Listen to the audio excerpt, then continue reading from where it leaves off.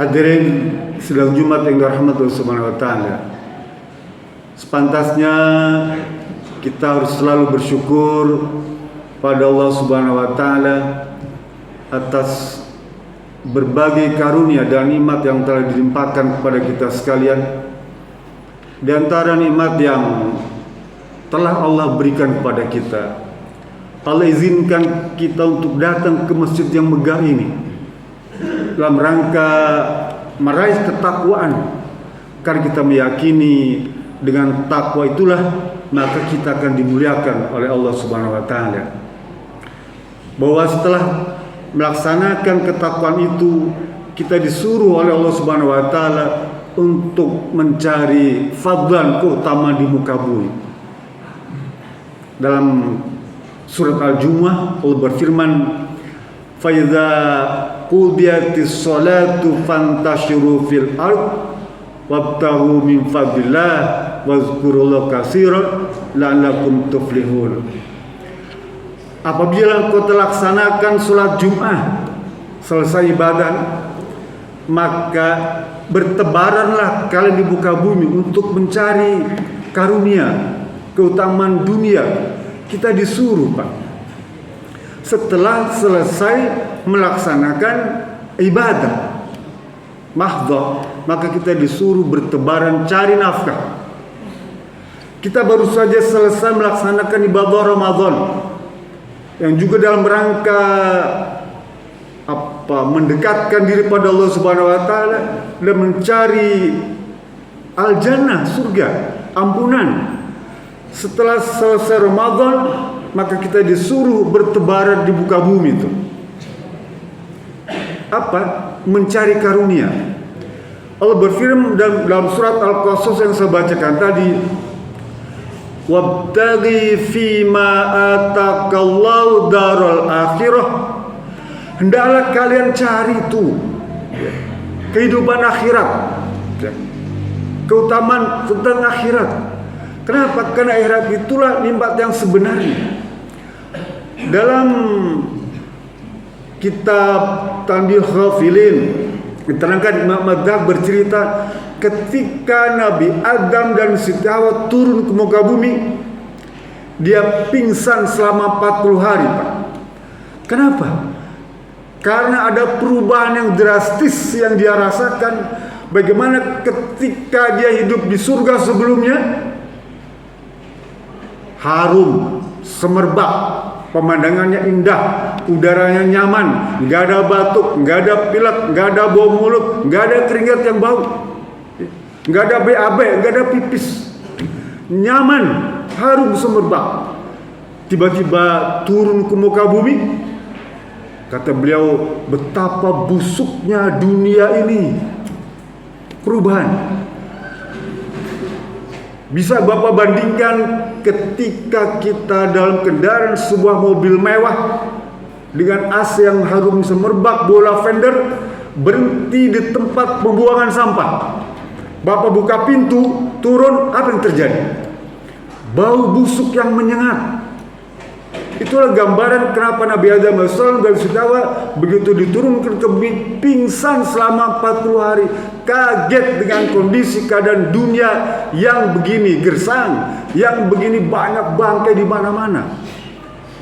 Itulah Allah berfirman, yang pertama, hendaklah kita semua dituntut untuk mencari kehidupan akhirat, darul akhirah. Tapi kata Allah, wala tansa nasibaka minad dunya, tapi jangan sekali-kali kau lupakan tentang kehidupan dunia. Kita disuruh cari dunia. Ikmal lid dunya kana ta'in syabatan. Cari itu rezeki di muka bumi itu. Seakan-akan akan hidup kau 1000 tahun. Seakan-akan kau akan hidup selamanya. Kita disuruh cari. Islam tidak melarang kita jadi orang kaya. Disuruh, ya, saya cari. Kemudian kata Allah Subhanahu wa taala, setelah kita melaksanakan kehidupan Ramadan, kita dapatkan kedekatan Allah. Sekarang Syawal kita cari kehidupan dunia, ya. Kemudian Allah lanjutkan, wahsin kama ahsanallahu ilaik. Berbuat baiklah kalian kepada orang lain, seperti halnya aku Allah telah berbuat baik kepada kalian. Apa maknanya? Kelimpahan harta yang telah kita dapatkan, jabatan kita peroleh, fasilitas kita dapatkan itu gunakan untuk kemanfaatan dirimu dan keluargamu serta masyarakatmu. Kata Rasulullah, khairun nas anfa'uhum linnas. Sebaik-baik orang itu yang memberikan manfaat kepada orang lain. Kalau kita telah diberikan karunia Allah, gunakan itu untuk kemaslahatan keluarga dan orang lain. Dan yang keempat, kata Allah Subhanahu wa taala, wala tabghil fasada fil ard. Dan janganlah kalian sekali-kali membuat kerusakan di muka bumi. Apa maknanya? Bukan hanya merusak buminya saja, tapi juga merusak sistem, merusak kemanusiaan. Berapa banyak orang dengan seenaknya membunuh. Pahlawan kita kembali dari Lebanon, 3 orang dibunuh. Itu bukan ajaran Islam. Bahkan ada ribuan orang lagi yang terbunuh hari ini. Allah melarang, wala tabghil fasada fil, jangan kau membuat kerusakan di bumi. Membunuh satu orang sama dengan membunuh seluruh manusia. Bayangkan kalau 3 pahlawan kita dibunuh oleh orang-orang itu, artinya apa? Seluruh manusia telah dia bunuh. Semoga Allah menempatkan mereka kusuma bangsa di tempat yang terbaik di sisi Allah Subhanahu wa taala. Jadi ada 4 kalau kita baca surat Al-Qasas itu. Pertama, perintah untuk senantiasa melaksanakan ibadah mahdoh. Yang kedua, suruh cari nafkah. Yang ketiga, berbuat baik pada orang lain. Yang keempat, jangan bikin kerusakan di muka bumi. Ini wasiat yang Allah sampaikan kepada kita. Kenapa? Karena dunia ini sebenarnya, Rasulullah, inna dunya jifah. Dunia ini seperti halnya rongsokan atau bangkai. Baiklah engkau cari itu kehidupan akhirat sebanyak-banyaknya. Bahkan dunia yang kau dapatkan itu pun hendaknya jadi fasilitas, sarana untuk meraih kehidupan akhirat. Berbuat baik itu pun engkau jadikan sarana untuk kehidupan akhirat. Bahkan tidak merusak di muka bumi itu pun dijadikan sarana untuk kehidupan akhirat. Karena sebenarnya kehidupan akhirat itulah yang jauh lebih baik, lebih bagus. Walal akhiratu khairu wa abqa. Hadirin yang dirahmati Allah Subhanahu wa taala. Imam Abdurrahman bin Utsman cerita dalam hadis hasan. Kata beliau, Rasulullah SAW suatu kali dia mengunjungi pasar itu. Ya. Kemudian beliau menyaksikan betapa kotornya di pasar itu, tumpukan sampah, bahkan ada ulat, belatung dan bau yang busuk. Lalu kata Rasulullah SAW, apakah kalian merasa di tempat ini bau yang tidak enak? Kata para sahabat, benar ya Rasulullah. Bahkan saya menyaksikan ulat dan belatung itu sangat menjijikan. Apa Rasul bilang? Wahai para sahabat, rasa jijik kamu terhadap kotoran ini tidak seberapa dibandingkan dengan Allah Subhanahu wa taala jika menyaksikan dunia itu jauh lebih menjijikan di hadapan Allah Subhanahu wa taala.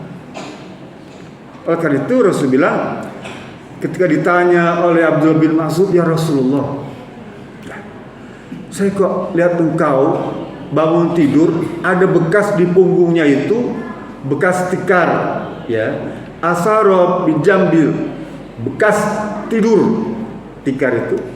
Lalu Abdullah bin Mas'ud menawarkan, ya Rasulullah, bagaimana kalau aku ganti tempat tidurmu itu yang dari tikar itu dengan alas yang semacam karpet permadani atau spring bed gitu ya kalau sekarang mungkin. Lalu harus jawab, ya Abdullah, mali walihada, apa artinya bagiku tentang dunia ini?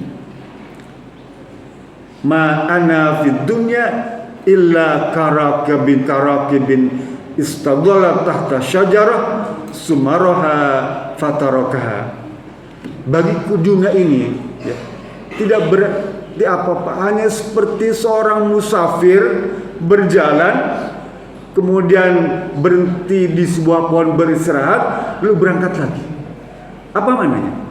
Dunia ini dipandang dalam Rasulullah SAW seperti perjalanan seorang musafir. Dia berhenti sejenak lalu berangkat lagi. Kita pun mestinya sama. Kita hidup di dunia tidak lama. Seperti seorang musafir yang berhenti sejenak lalu akan berangkat lagi. Bukanlah banyak sahabat-sahabat kita telah berangkat dari tempat kita. Ada banyak sahabat kita jamaah Masjid yang sudah berangkat menuju Allah Subhanahu wa taala pada kehidupan yang abadi, kehidupan yang kekal, yang di sana jauh lebih baik lagi, jauh lebih nikmat, jauh lebih nyaman. Sepanjang kita semua memiliki bekal untuk perjalanan akhirat itu. Dan bekal itu telah kita kumpulkan selama perjalanan pelaksanaan ibadah Ramadan. Semoga saja di bulan Syawal ini juga bekal itu akan semakin bertambah lagi, bisa menambah percaya diri kita dan keyakinan kita akan mendapatkan kehidupan akhirat yang jauh lebih baik. Itu saja. Mari kita semua tutup dengan munajat Allah Subhanahu wa taala.